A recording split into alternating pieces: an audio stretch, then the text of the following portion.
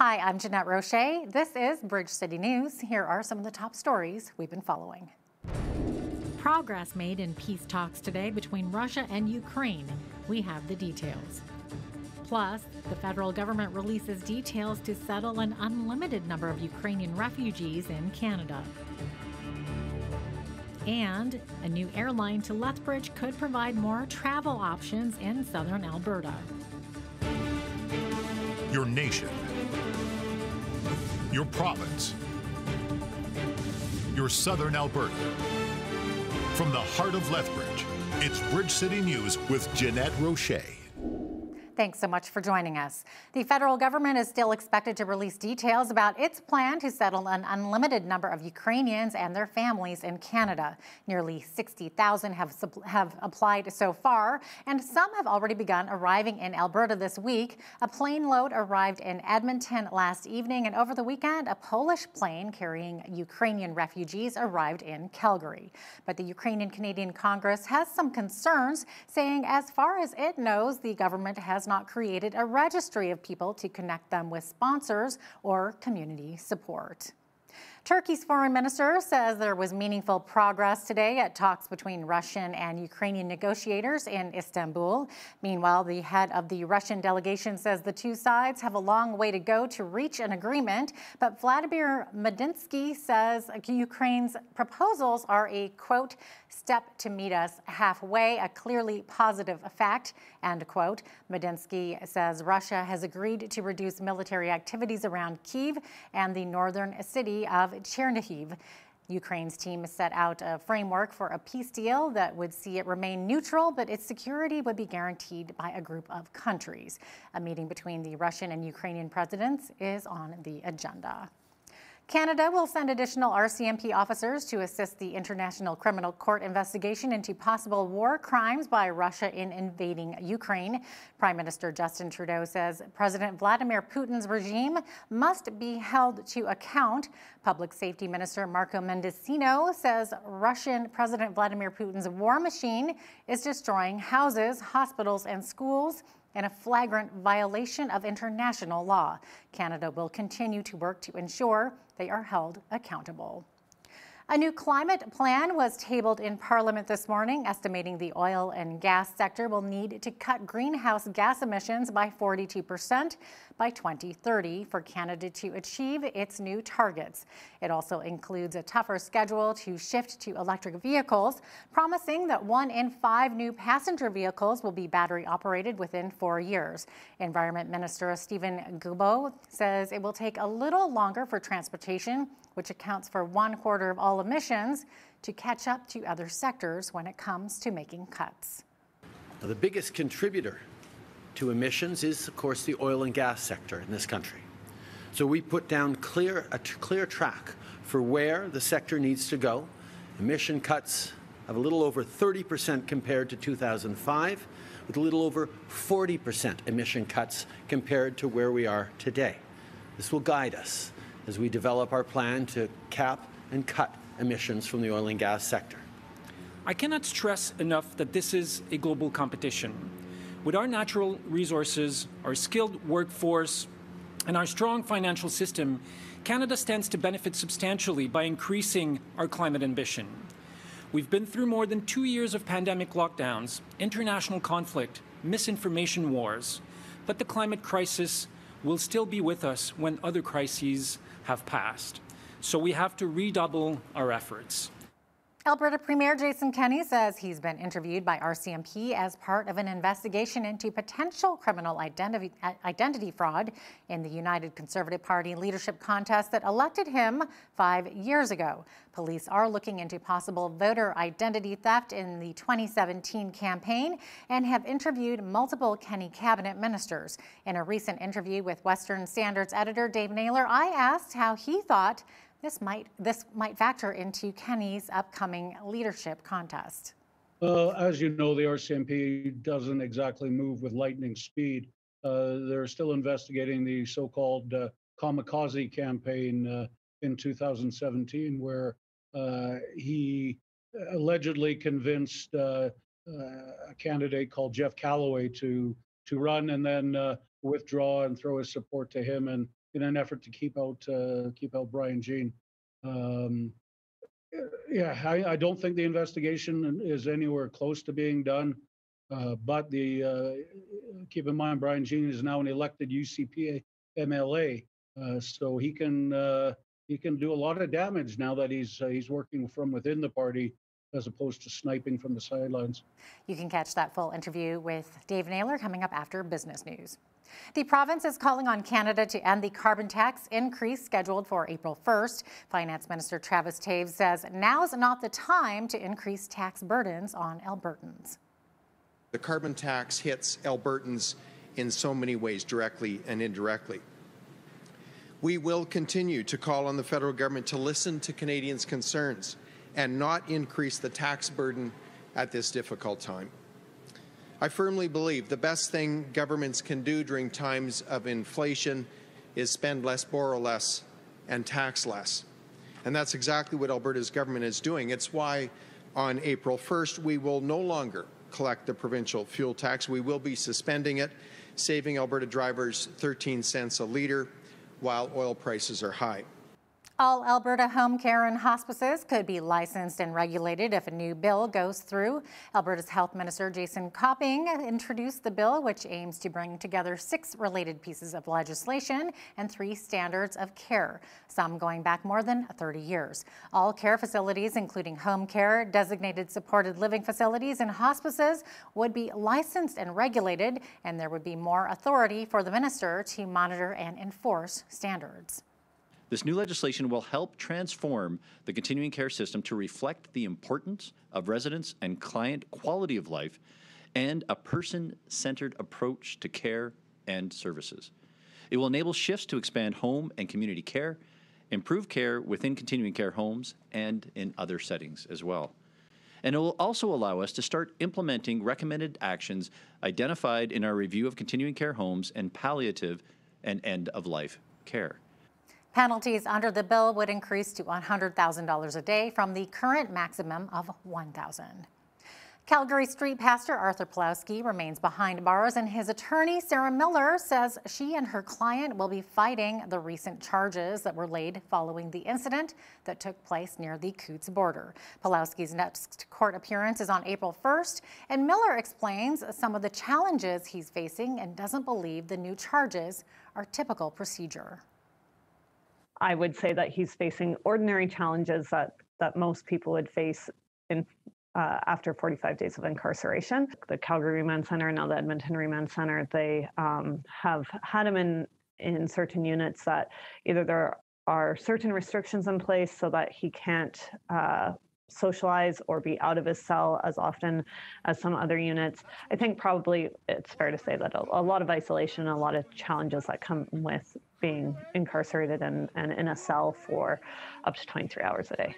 You know, there's many people who participated in the Coutts protests who had their vehicles down there for days on end. Before and after Mr. Pawlowski went down there, he went down there to express his support, and he's been incarcerated for over 45 days. He's been charged criminally. The Crown has decided to proceed by indictment. He's got no criminal record. If the difference between the people who participated in these activities and were there is any indication, I think he is being made an example of. Miller says Pawlowski's new charges are a breach of probation, as it's alleged he did not complete community service hours and failed to report his probation officer. Residents looking to head south to Tucson, Arizona for some sun during the winter months will soon be able to depart from the Lethbridge Airport and fly directly nonstop thanks to a new partnership between Flair Air and Tucson. As Angela Stewart explains, the Lethbridge Airport is one of many different Canadian cities the ultra-low-cost airline will have flights in and out of. An easy, affordable, sunny holiday is now more accessible than ever. Fasten your seatbelts and prepare for takeoff. Snowbirds looking to travel south to Arizona can do so at a cheap rate, as Flair Airlines will be coming to Lethbridge. Flair is a low-cost carrier that'll be offering a weekly direct flight to Tucson, Arizona. Mayor Blaine Higgins says the city has been preparing for an opportunity like this for quite some time. We recently invested $2.6 million in city funding and leveraged an additional $23 million in grant dollars to make significant upgrades to airport safety and to the passenger experience. Higgins says with the airline, it'll make flying much easier for residents. I can only imagine be quite a full flight to get down there. So yeah, it gives that opportunity without having the layovers. Right now, the only airline flying out of YQL is WestJet, which is forcing travelers to make unnecessary connections. So we've worked with Lethbridge Airport and the local authorities to be able to launch this service, and most people are needing to go and connect somewhere. So I think this is a great option. The decision to make Tucson the very first sunny U.S. destination out of Lethbridge came from many respondents through a city-run survey. Over 80% of the respondents actually identified U.S. sun destinations, with Arizona being a top identified destinations. Once everything is up and running, one flight per week on Thursdays will be heading out of YQL for now. And then from there, we would look, based on level of interest, to explore additional flights. A one-way trip from Lethbridge flying directly into Tucson will roughly cost about $125, with wheels up beginning December 1st. For Bridge City News, I'm Angela Stewart. Thank you, Angela. Very excited about that, as Tucson is my old home and some of my best friends are still there, so can't wait for that. A new cuddly addition has been added to the Victim and Witness Services team for the Lethbridge Police Service. Court, a spunky 2-year-old golden retriever black lab cross female, began her new role as the first facility dog for the LPS and Victims Witness Services team. She's gone through heavy training through the Wings with Dogs program and is ready to provide comfort and support to officers. One of her handlers explains what her main duties will include. The court process is a scary time. Getting ready to be able to be there, even going through the interview and explaining to officers what an experience has been like for a victim is really challenging. So she's there to help give them a little bit of natural strength, help support them through it. And then, as I say, the same thing for officers. Some of the calls are really tough to go to, so we have her here to be able to help them get through that so they're ready for the next call when it comes in. So cute. Court will be completing the rest of training with the team and will graduate from the program coming up this weekend. A University of Lethbridge committee is working together with Panago Pizza to serve up hot and ready slices for a good cause. The Panago Pizza fundraiser took place on Tuesday, and 15% of the profits for the day will go towards supporting the student refugee program at the U of L.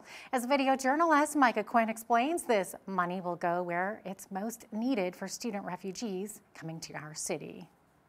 It accounts for their accommodations, their flights, their food, and most of the necessities that most citizens need to live in Canada. The World University Service of Canada ULETH Local Committee, or WUSC ULETH for short, sponsors one student every year to help them get back on their feet once they get to Lethbridge. The students that come here, they have to do lots of tests and stuff like that on their own end, and we just kind of fund them money to kind of help them when they get here. The Student Refugee Program assists in resettling students that are coming from Jordan, Kenya, Lebanon, Malawi, Tanzania, Uganda, and Pakistan. Those are where the asylums are that they end up, but they are often from areas in the Middle East and North Africa, and then they have to move because of their situations in their war-torn countries. So the ULETH group is hoping to raise $600 for the fundraiser. Because, especially now that we're a very polarized society, we just need that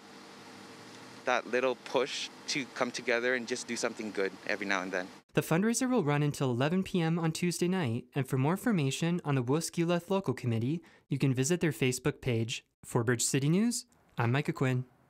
Thanks, Micah. Music and the arts are back at the Yates Theatre. The Lethbridge and District Music and Speech Arts Festival has begun.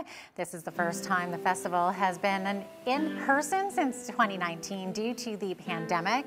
There are 465 participants showcasing their best in musical theater, choir, and music. Megan Wittig, the general manager for the festival, says there's good prize money involved in the events and kids will have the opportunity to compete provincially. If they do really well here, our adjudicators could send them on to the provincial festival in Edmonton. That's usually in person, but they are still virtual this year. And if they do well in Edmonton, they can go on to Canada West, which is a joint collaboration with BC, Saskatchewan, and Alberta, and it'll be the first time that's happening, and that'll be in Saskatoon sometime in July. We have a really great endowment fund and some really great donors who contribute to the award totals for our students. There's at least $10,000 we can give away this year, which is great. The festival will run daily until April 9th, and you can visit the Lethbridge and District Music and Speech Arts Festival's Facebook page for more information.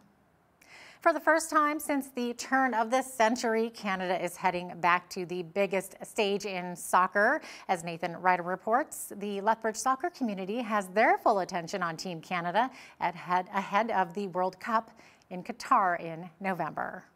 For the first time in over 3 decades, Canada will be heading back to the World Cup. A 4-0 win over Jamaica at BMO Field in Toronto on Sunday punched their ticket to soccer's biggest stage. Many in the local community are excited to see the drought come to an end. It's been positive.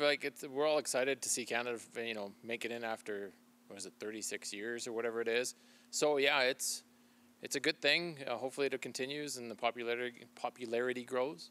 Qualifying for the World Cup is the second major achievement for Canadian soccer in the last 12 months. In Tokyo, the women's national team took home gold after some major upsets in the Olympic tournament. According to Lethbridge College Kodiak's head coach Sean Carey, Canada will be a challenging opponent in Qatar. I don't think you want to play Canada right now. I really don't. I think that they're organized. They've only conceded 6 goals in 13 games. And I know that all coaches will preach defense wins championships. They're not going to be easily broken down.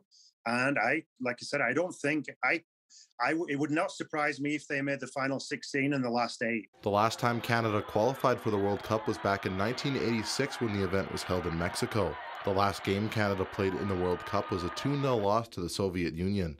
For Bridge City News, I'm Nathan Ryder. Thank you, Nathan. Queen Elizabeth traveled from Windsor Castle to Westminster Abbey Tuesday with her son, Prince Andrew, to attend the memorial service for her late husband. Andrew stepped back from royal duties after settling a lawsuit connected to his association with convicted sex offender Jeffrey Epstein. Prince Philip's funeral took place last April during a national lockdown, and attendance was strictly limited. In contrast, today's service included about 30 foreign royals, Philip's wider family and friends, and 500 representatives of charities and other groups he supported. Just 1 week after the government of Japan lifted COVID-19 restrictions, its citizens have the opportunity to celebrate by witnessing one of the most beautiful natural sights of their nation. The peak viewing time for Japanese cherry blossoms has arrived. Many people who avoided going to parks to see the blooms over the past 2 years are turning out this week, triggering concerns of a possible virus resurgence. The cherry blossoms came to full bloom Saturday in Tokyo and attracted many people for viewing. But at many parks, viewers were requested this year not to gather under the trees for parties, which is a traditional way of celebrating the season, as part of continuing antivirus measures. I just love those cherry blossoms, and I hope to see them in person someday. So beautiful. Well, something else that's beautiful, our local weather. The sunshine made today feel much warmer than it was. It was a high of 7 degrees was reached, but that temperature is about to climb to double digits once again for Wednesday. I'll have more details coming up right after the break. Stay with us.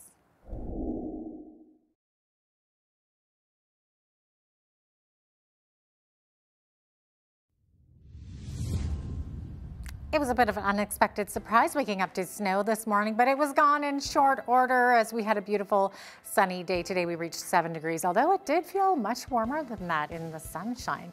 Into tomorrow, even higher. Look at that, double digits, 16 degrees the high. We are going to have to contend with a bit of wind, though. We're looking at 30 kilometer per hour winds gusting to 50, gusting to 70 winds. So we will have to keep that in mind for tomorrow when you're wearing your hats. You got to hold on to them. Sunshine on Thursday, 8 degrees the high, 9 degrees for both Friday and a Saturday, up to 13 degrees on Sunday, and a lovely 15 degrees on Monday. So our temperatures are definitely rising to above averages for this time of year, which is 9 and -4, the average low. 23 was where we were at back in 1966. That was our hottest day on record on this day. And we had our coldest back in 1965, which was -17. 7:15 is when the sun rose this morning, and our sun set this evening just before 8 p.m., right at 7:57 p.m. So I'm loving these longer days of sunlight. It's lovely. Over on the west coast tomorrow, we're looking at showers. Victoria high 13 degrees, 11 the high in Vancouver, also expecting some showers there as well. 6 degrees the high in Edmonton with a mix of sun and clouds, about 15 km/h winds, about 20 winds in Calgary, not too bad, but look at that temperature, 16 degrees the high there with a mix of sun and cloud. As we look further east into the rest of the prairies, Saskatoon's high 5 degrees, sunshine, beautiful sunny day tomorrow in Regina, 4 degrees the high there, -3 in Winnipeg with a mix of sun and cloud. Winnipeg could be experiencing wind gusts of 30 to 50 km/h as well. As we look to the central part of the country, Toronto looking at freezing rain mixed with ice pellets. So we got a little bit of everything going on precipitation-wise there. 5 degrees the high, 1 degree the high in Ottawa. Ottawa could see snow as well, and 2 degrees tomorrow in Montreal with a mix of sun and cloud. As we look into the Atlantic part of the country here in the Maritimes, 3 degrees the high in Fredericton, mix of sun and cloud, 3 degrees. Also the high in Halifax. Same thing for Charlottetown, except Charlottetown expecting 60% chance of flurries tomorrow. Actually, 2 centimeters is what they could be expecting, and a 60% chance of flurries in St. John's, Newfoundland tomorrow with a high of 2 degrees. So there you have it. That is your forecast. A Calgary-based oilfield services company is the latest to announce it's suspending investments in Russia. Calfrec Well Services canceled shipments that were bound for Russia when the country invaded Ukraine. It's also canceled any future shipments of parts and equipment to Russia. It says Western-based employees involved with its Russian operations are currently not in that country. Canadian crypto industry leaders have launched a new council to advocate for a national strategy for cryptocurrency and digital assets. The Canadian Web3 Council includes representatives from companies like Wealthsimple and Ether Capital. Its aim is to move the needle on regulation of digital assets in Canada. The group's founders say the crypto industry has grown into a multi-trillion-dollar asset class, and it's time for the government to work with industry leaders to ensure thoughtful policy is formed. Now here's a look at today's markets. The TSX was up 109 points to 22,087. The Dow was up 338 points to 35,294. The S&P 500 was up 56 points to 4,631. The Nasdaq was up 264 points to 14,619. West Texas Intermediate oil was down 78 cents to 105.18 U.S. per barrel. Natural gas was down 17 cents to 5.34 U.S. Gold was down 6 cents to $1,919.37 U.S. an ounce. Silver was even at $24.77 U.S. an ounce. Feed wheat is $13.47 per bushel. Barley is $9.80. Canola is $24.85. Corn is $11.79 per bushel. Live cattle were up 60 cents to $140.90. Feeder cattle were up 60 cents to $156.70. Lean hogs were down $1.53 to $106.05. The Canadian dollar was up over the past 24 hours at 80.01 U.S.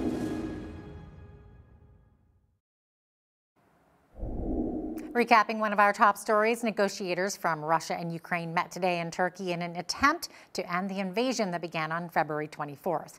It's forced 10 million Ukrainians from their homes, including 3.8 million that have fled the country. Ukraine has proposed that it would remain a neutral country, but its security would be guaranteed by a group of countries in a fashion similar to NATO's Article 5, which specifies that an attack on one is an attack on all. Russia, meanwhile, has announced it will significantly scale back its military operations near Kyiv and the northern city of Chernihiv to build trust during the talks. Up next, Alberta Premier Jason Kenney's leadership review is coming up on April 9th, but his last election is still coming back to haunt him with an investigation. After the break, I speak with Western Standard editor Dave Naylor about what could be in store for the United Conservative Party. Keep it right here.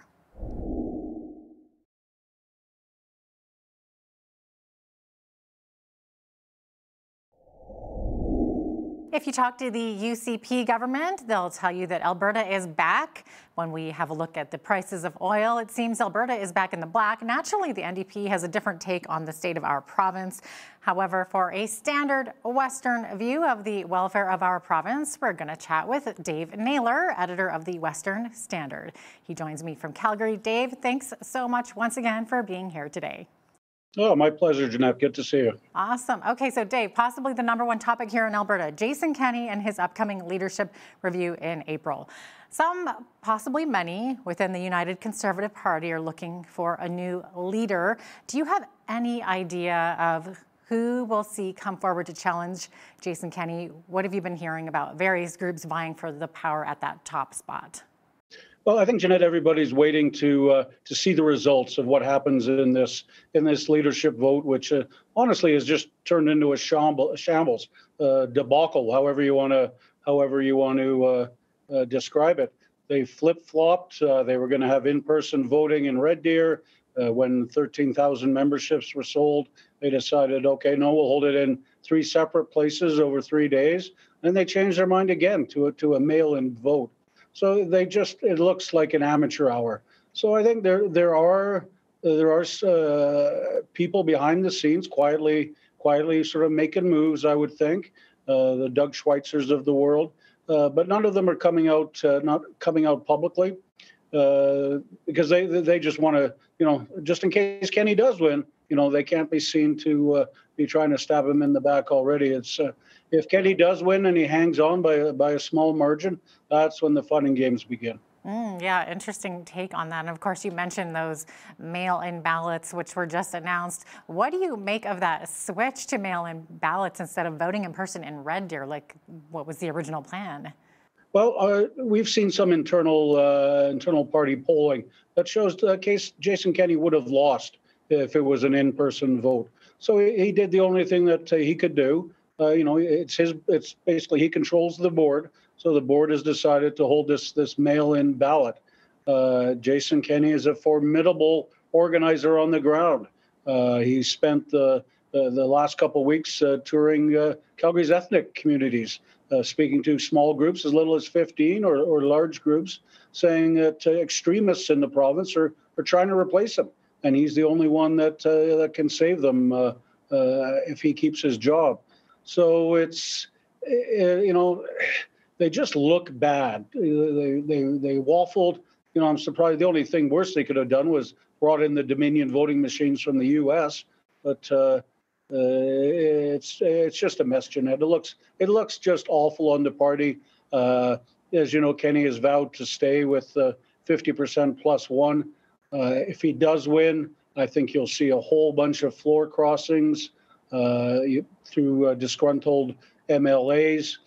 Jason Steffen wrote us a column in today's Western Standard saying Kenney must go. Peter Guthrie, an Airdrie MLA, has said Kenney must resign. So if he stays, I think these people are going to go, and they're either going to join Todd Loewen and Drew Barnes and independents and form their own party, or form their own regional UCP group or rural conservative group, however it works out. You just mentioned those two, Todd and Drew Barnes. Do you think that they deserve to be brought back into the UCP, or what do you make of that? Well, it's not going to happen as long as Jason Kenney is the leader. Loewen sort of started the open revolt by posting a letter on Facebook saying, Kenney must go. Drew Barnes has been a constant side in Kenney's constant thorn in Kenney's side since the party was elected. So I don't see them going back into the UCP caucus.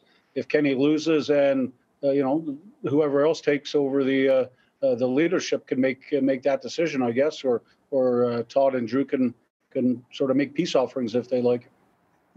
Do you think Jason Kenney deserves to be replaced? Well, I mean, he's going around the province now saying Alberta's back, prices are booming, companies are coming here. But I don't know if he's got the ability to get people over their anger. They're angry at the at the COVID lockdowns, the repeated back and forth. The Jason Kenney who says, I'll never bring in a vaccine passport, to the Jason Kenney who says, well, here's my vaccine passport. So UCP members are just so disappointed. He was elected and everybody thought he was going to do great things. The Fair Deal panel turned out to be a fiasco. All they've done is set up boards and more studies. And no matter what they do, the NDP is holding a commanding lead. So the only way that the UCP has a chance of defeating Rachel Notley, and we're only a year away from the next election, right, Jeanette? So the only way the UCP has a chance is if they replace Kenney. I don't see them winning at all if he stays. I know you mentioned the NDP, of course. So the NDP seems to have hopes for that no confidence vote on the budget. Rumor has it that they're hoping for the support of 18 members to show that caucus has lost confidence in their leader. So what do you make of that? Well, I mean, it remains to be seen until the vote is called or the vote is taken. It's just growing. It's splitting the party apart. Jason Kenney, in his actions right now, is going to destroy the UCP. It's coming apart at the seams as we speak. We can all see it happening on a daily basis. The crisis is just getting worse. I don't really understand why Kenney cannot see the writing on the wall and take a graceful exit and say, all right, well, you can either resign or you can say, okay, let's have a leadership contest and I'm going to run. And again, you've got to remember that he's very formidable on the ground. So that may be an option for him. He may even call that before the vote is to take place. And he could just say, okay, that's it. I've heard you guys want a leadership review. Let's do it. I'm in it and I'm going to win it.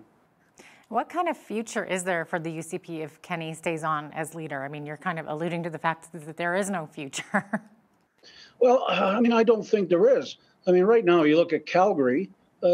Calgary's been conservative country for decades, and the NDP could sweep this city in the next election. All the polls say they're leading everywhere, including in Kenney's riding. The NDP will sweep Edmonton. It's only rural areas where the UCP is polling anywhere half decently. And of course, they've got the Wild Rose Independence Party nipping at their heels. And depending on who you talk to, Wild Rose has got support of 15%, 20% of rural voters. So in the election, they become a real threat too to split the right vote and possibly even get themselves an MLA or two.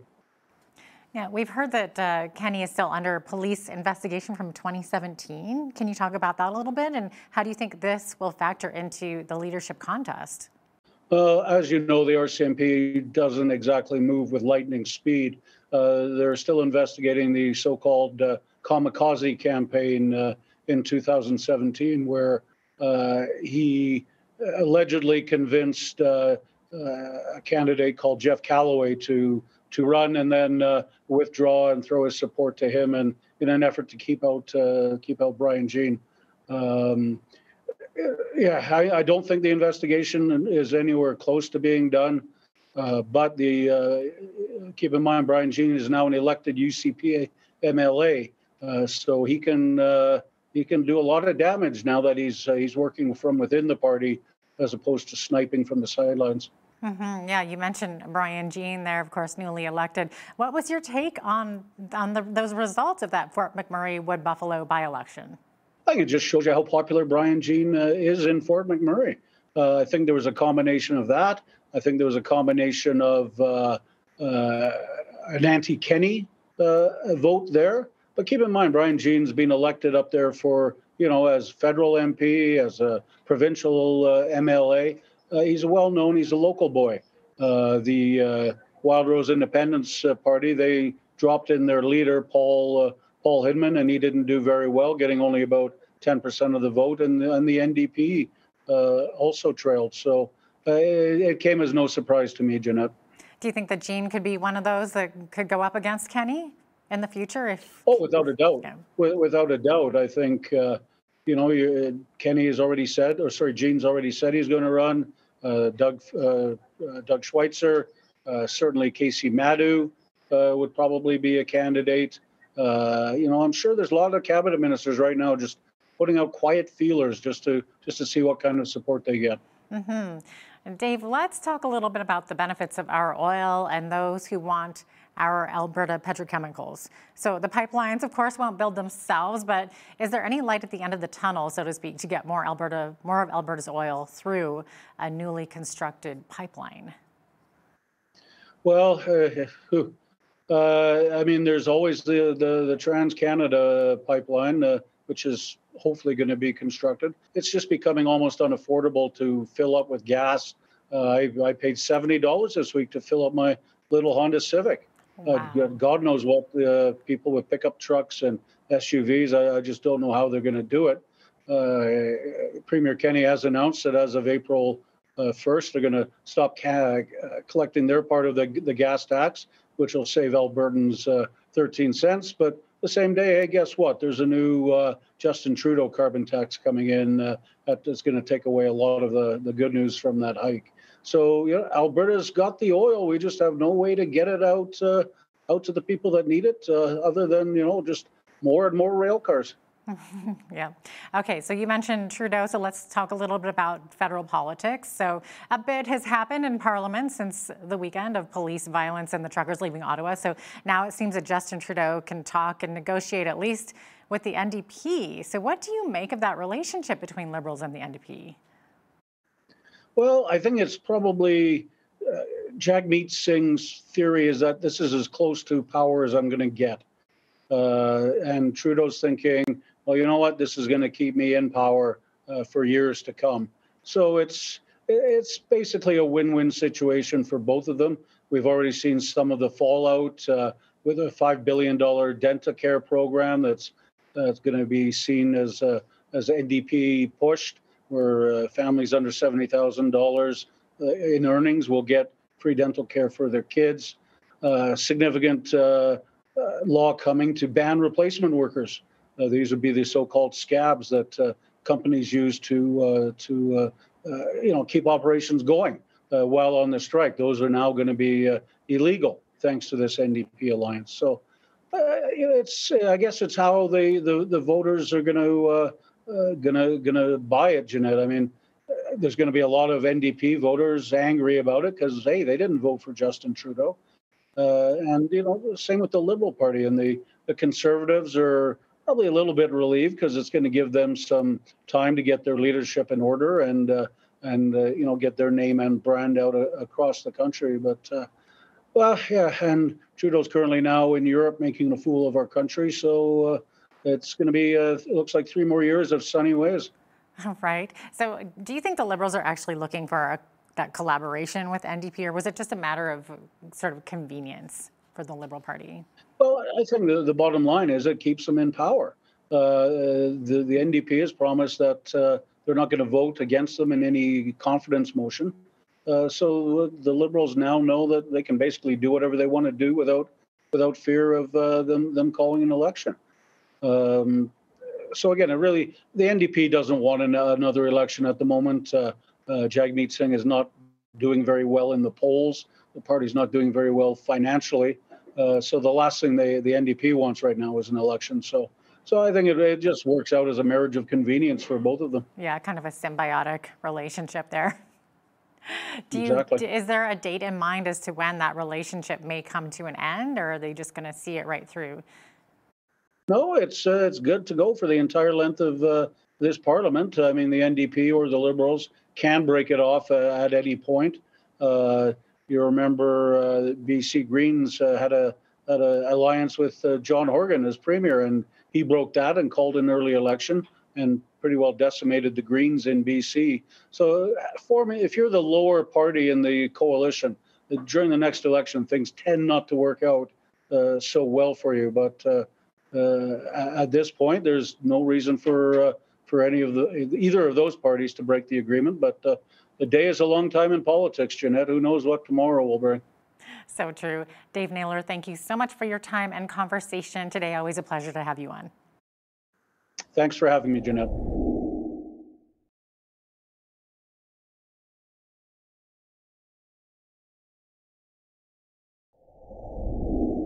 Well, here in southern Alberta, science and agriculture go hand in hand.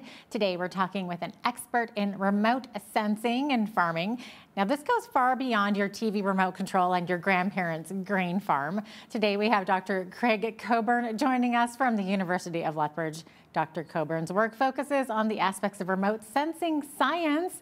All of the scientific research helps growers and researchers better understand agricultural crops and other biological systems. Dr. Craig Coburn, thank you so much for joining us today. So great to have you on. Thanks for having me. Absolutely. So first off, for those of us who maybe don't know or don't quite understand, start off by explaining exactly what remote sensing is. Well, remote sensing is what we're doing right now. So we're watching, a television screen with our eyes. So we're viewing this. So if we think about taking that same kind of technology and putting it up into space, then we are using satellites to view the Earth's surface and to get information from the data that we derive. Wow, that's so cool. And we don't really think about it because we just use it every day, don't we? So is your work and research really a high-tech bird's eye view of a farmer's field? Maybe explain that a little bit.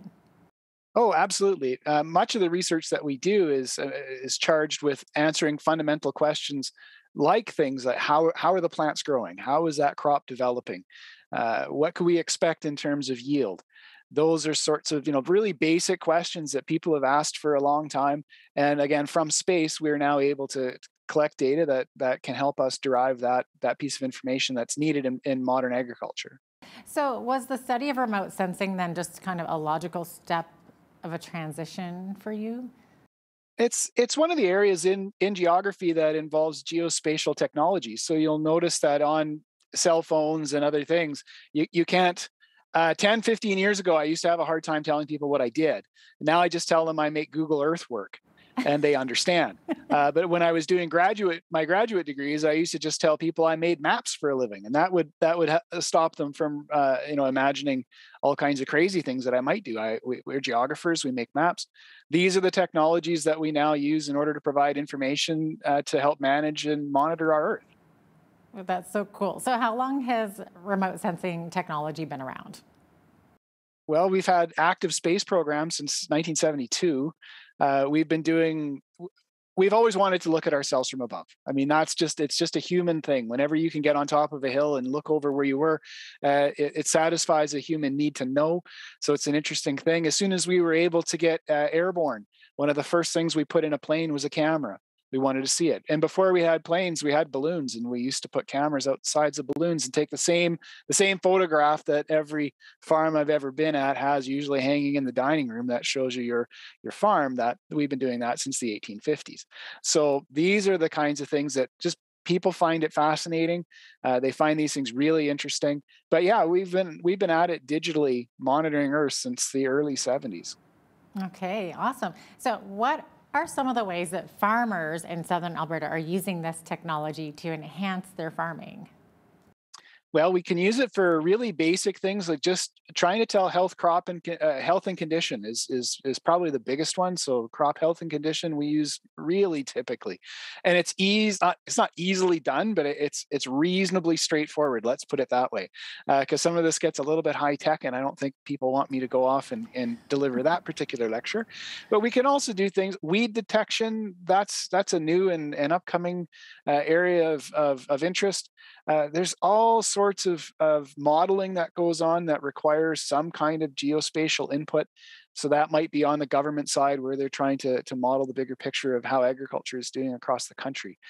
So at every level, right from the producer all the way up to those folks in governments that are trying to organize how the whole system works, we are the people that are providing the data. Well, that's really fascinating. So what have been some of the limitations in the past with this technology? I think the number one biggest limitation was we just weren't ready for, we didn't have the computing power. We didn't have the ability to visualize it. We couldn't get it to a producer for free, which we can do now. There were a lot of limitations. I mean, technologically, we still suffer that we cannot download all of the data that we can collect from space right now. So we're always pushing the boundary in terms of what we can do. So those were the limitations. Again, 10, 15 years ago, I always tell my students that in 1972, we barely had color television, and we didn't have a video game. My students have a hard time conceptualizing this, and yet we were imaging from space. We were doing the entire globe. So it's difficult for people to sort of capture that. But when you want to bring it right down to people and having these things being utilized in a daily way to manage a modern farm, then it's all about getting data, and it's all about making it usable. And so we've had to break down any number of barriers. There's lots of companies, some of them are in Lethbridge, many are in Western Canada generally, that are involved with taking those pieces of data and putting them into digestible bits that farmers are then able to utilize operationally. Well, that's a really good way to describe it, sort of in a layman's terms. And how do they use it? It's amazing because you're talking about outer space, pinpointing down on a little farmer's crops there. So it really is amazing to me. How is it specifically helping them exactly? Well, imagine the scenario where you've got, say, the ability to vary the rate of fertilizer application, or you might have some other variable rate technology. One of the things that you need as an input on the farm side is where would we do the application? So if we were going to vary the fertilizer, so if we can reduce input costs and we can get the same growth response from the plant, then we can go ahead and increase productivity and also put money on the bottom line. So when we do those sorts of things, then again, we've got satellites above, they've got giant telescopes, so they see a long way, and we can get it right down to some pretty small areas. And there's other technologies as well. I mean, we're not, there's unmanned aerial vehicles and other things that can be even closer to the target. But from space itself, then we're able to look down on those small spots on Earth, and we're able to take and collect the information that we get there. So we've got, in essence, what the color of the plant is. And then we will be able to do those kinds of variable rate pieces. So we give the information that allows the technology to operate. That is very, very cool. Does this technology have applications beyond farming? It's an interesting thing. Oftentimes my students get a little bit excited about it when I list off the number of application areas that are governed by remote sensing. So even if you just start by turning on the satellite, if you click on the satellite button on Google Maps, that's us. So every time you do any of those things, so it could be natural resource driven. So it could be agriculture, it could be forestry, it could be mining. Those folks are using it. It could be, say, for example, we want to watch urban growth. Where are people on this planet? Yeah, we do that. If you want to know how it is that we have information that lets us understand our impact on our planet generally, deforestation, global warming things, are the ice caps really disappearing? Well, of course, we watch that every day. These are all climate variables. We're monitoring CO2 in the atmosphere. These are all, there's a list that would go on. We would waste the entire show just covering the list of contributions that remote sensing makes to the monitoring of Earth. But we used to be in the background, right? So we used to be the people that enabled, we did the science and technology that enabled those data pieces to get pushed forward. Now people are starting to ask questions like yourself about, well, what exactly are you doing? I've talked to any number of producers and they say things like, you're spying on me. And I always say, well, yeah, but we have been since I was a child.